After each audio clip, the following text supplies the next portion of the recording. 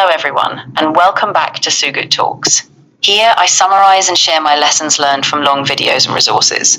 I am not an expert or someone with a degree in this field. I simply try to share the main points of the videos I watch in simple words so others can benefit too. Today I want to share with you what I learned from Andrew Huberman about dopamine, the molecule that drives motivation, craving, satisfaction, and even how we perceive time. This isn't just about pleasure. Dopamine is the reason we pursue goals, the reason we feel driven, and sometimes the reason we burn out. Dopamine is what scientists call a neuromodulator. Unlike neurotransmitters that just pass signals between two neurons, neuromodulators influence entire networks of neurons. That means dopamine can change the probability that certain circuits in your brain will be active or inactive.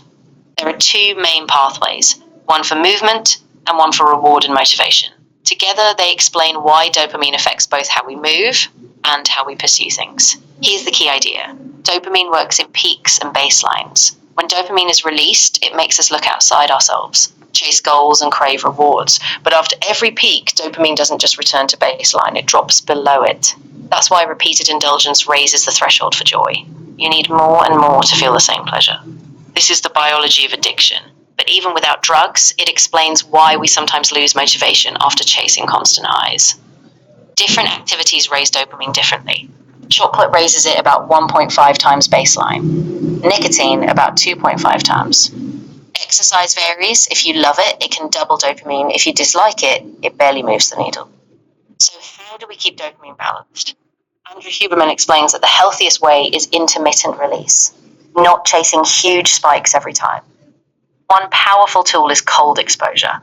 Cold showers or ice baths can raise dopamine up to 2.5 times baseline. But unlike drugs, they sustain that elevated baseline for hours. People report calm focus afterward. The key is safety. Avoid extreme cold shock, but moderate cold can be very beneficial. Another lesson is about rewards. When we give ourselves rewards like a gold star or a treat, we often reduce the pleasure of the activity itself. That's because dopamine shifts to the reward, not the effort. But a growth mindset flips this. If you learn to tell yourself the effort is the reward, your brain starts to release dopamine during the challenge itself. Over time, this becomes reflexive. You begin to enjoy the friction, the struggle, the process. That's the most powerful aspect of dopamine, finding pleasure inside effort. Finally, Huberman mentions clinical tools which raise dopamine, like supplements. These can boost focus and motivation, but they come with risks, crashes, side effects, and they're not suitable for everyone. Always consult a professional before using them. So the big takeaway is this. Dopamine is about balance, not too high, not too low. Sustainable motivation comes from practices like cold exposure, from learning to find reward in effort, or from avoiding constant spikes. The ability to access pleasure from effort is the most powerful aspect of dopamine, and it's accessible to all of us. This is what I took away from Andrew Huberman's talk, and I hope it helps you as much as it helped me.